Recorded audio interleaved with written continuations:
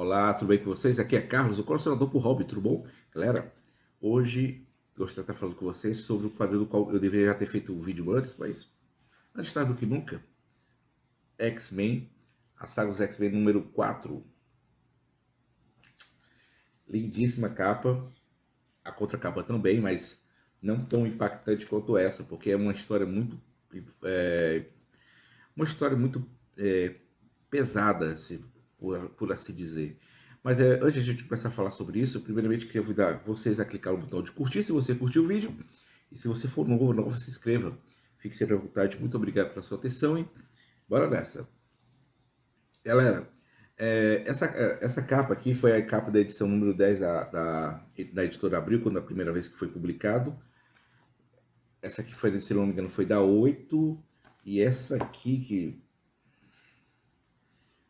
eu posso estar errando, essa aqui foi da edição 9.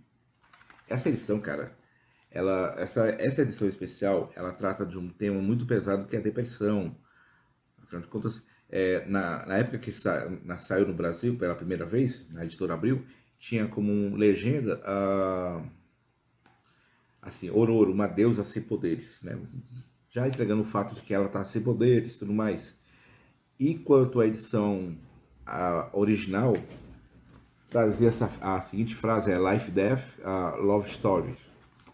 Que é bem que uma tradução literal do que é a capa. Mas, enfim, bora estar falando sobre ela, falando sobre as histórias. Mas antes eu queria estar só comentando uma coisa.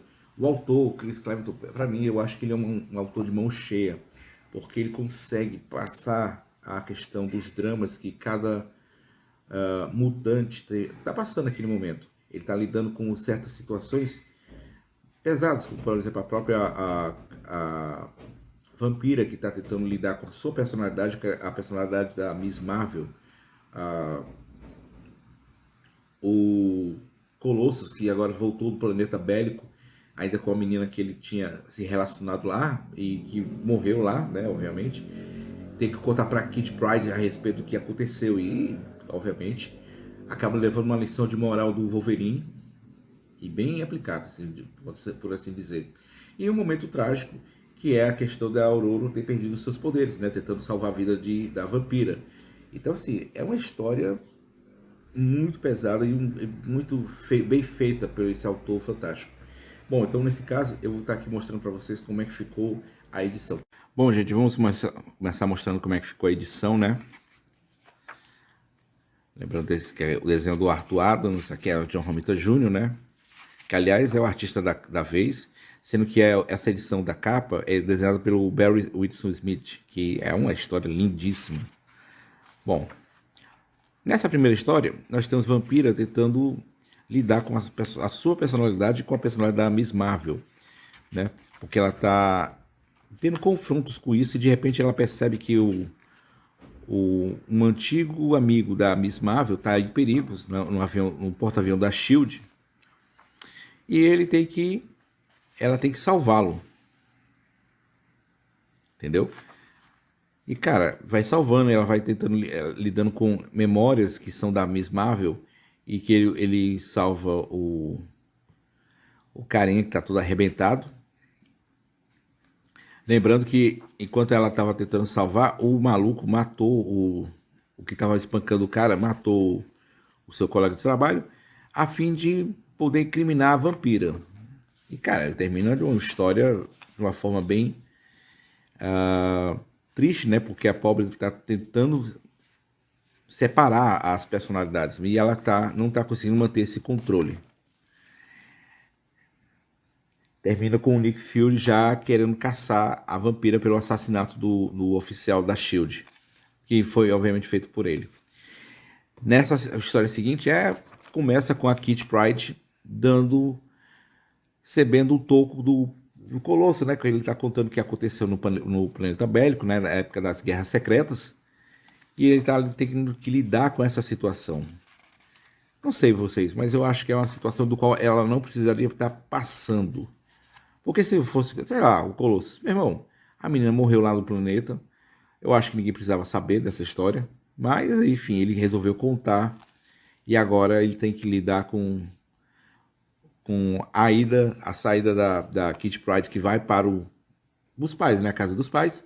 E lembrando, né, na próxima edição vai estar a minissérie Kitty Pryde e Wolverine, onde ela vai desenvolver seu codinome, finalmente um codinome para ela, que é a Lince Negra, né, um desenho que vamos deixar para depois a gente comenta quando chegar a edição.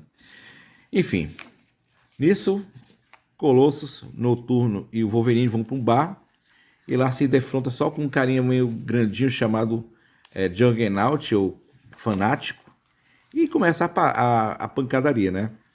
E nessa pancadaria ele acaba levando uma bela lição de moral do Wolverine a respeito sobre confiança, relacionamento. E cara, é uma história pesada, velho, muito pesada. Nessa edição seguinte, aí tem um desenrolado do desenvolvimento de uma arma feita pelo Foge, onde essa arma é uma arma que, digamos que, é inibidora de poderes. Ela tira os poderes dos mutantes. E nessa visita na casa do Foge, né, no apartamento, nós temos a Valéria Val Cooper, a Valéria, né, o Val Cooper, e a Mística, né? Enfim. Ao mesmo tempo que aparece a Rachel Summers, que é a nossa... que é filha do Ciclope em uma outra realidade, né, em outro tempo, na época da Dias de Futuro Esquecido. E, cara, é uma história que ela tá tentando sobreviver ao ataque da Selene. E ela acaba sendo salva pelos X-Men. Agora a edição que essa aqui, que foi a edição 9, é justamente a edição onde a vampira é tratada como uma criminosa pelo governo americano e é hora de usar a arma não testada ainda, por ser faltou desse detalhe, não foi testada para saber a respeito como é que ela realmente atua, a arma que o Forge criou, se ela realmente tira os poderes de forma permanente ou temporariamente. E cara, né, a vampira ela acaba absorvendo os poderes da Aurora, que ela um momento de confiança entre as duas. Ela tem que se lidar com o fato que estão tentando salvar um navio cargueiro, né? Um navio cargueiro não, desculpa, um navio, né, com passageiros e tudo mais.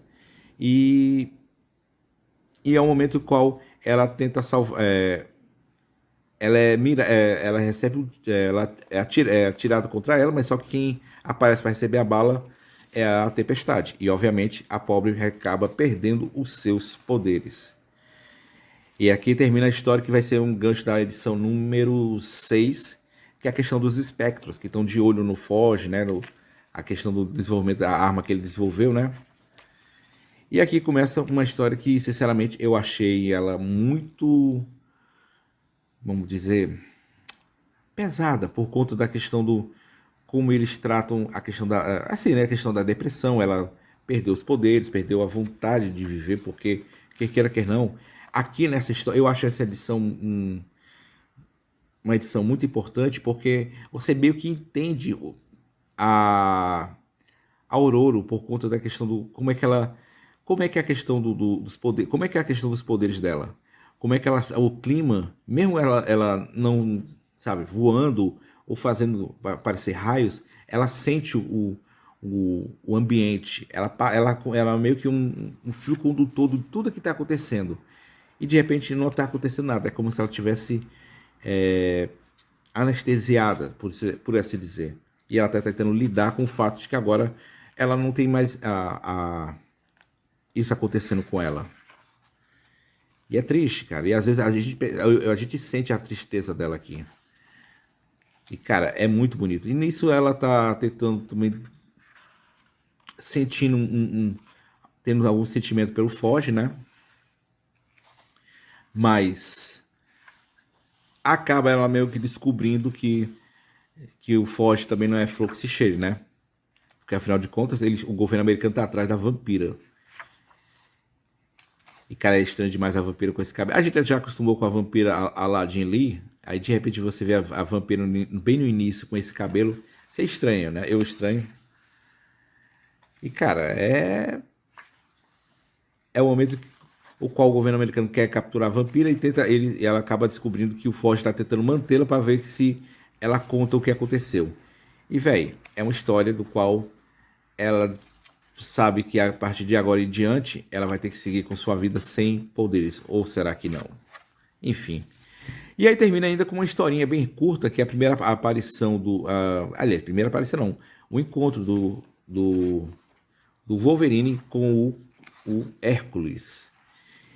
Cara, quem lembra da história que os dois, né, havia se encontrado, talvez estranhe esse primeiro momento, mas, cara, não nada demais, é isso mesmo. E é isso. Termina a edição número 4. Bom, galera, era isso que eu queria estar falando com vocês sobre o quarto número da saga dos X-Men. Uma edição muito legal, muito show de bola. Lembrando que o próximo número vai ser sobre justamente o que eu havia falado, a minissérie Kitty Pryde e Wolverine. Vai ser o tema da edição número 5, que eu já havia falado. Não é um desenho muito legal, é uma história muito aquém, mas serve apenas para você saber de onde é que vem o nome Lince Negra. Vai ser dessa publicação.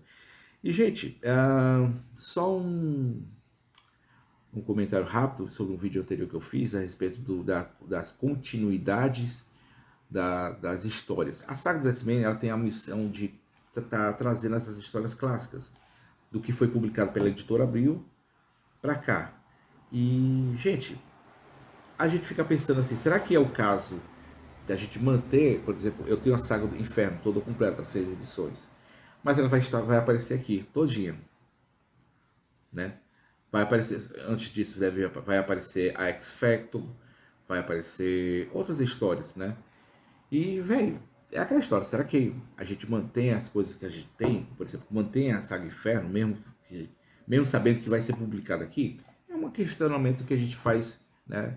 Sobre manter ou não manter. Eu, particularmente, deixo quieto, deixo aí mantendo ali na estante, porque afinal de contas é uma publicação que tem seu valor, tem outras histórias que apareceram ali que talvez não apareçam de novo. Então, como eu disse, é uma publicação que vale a pena.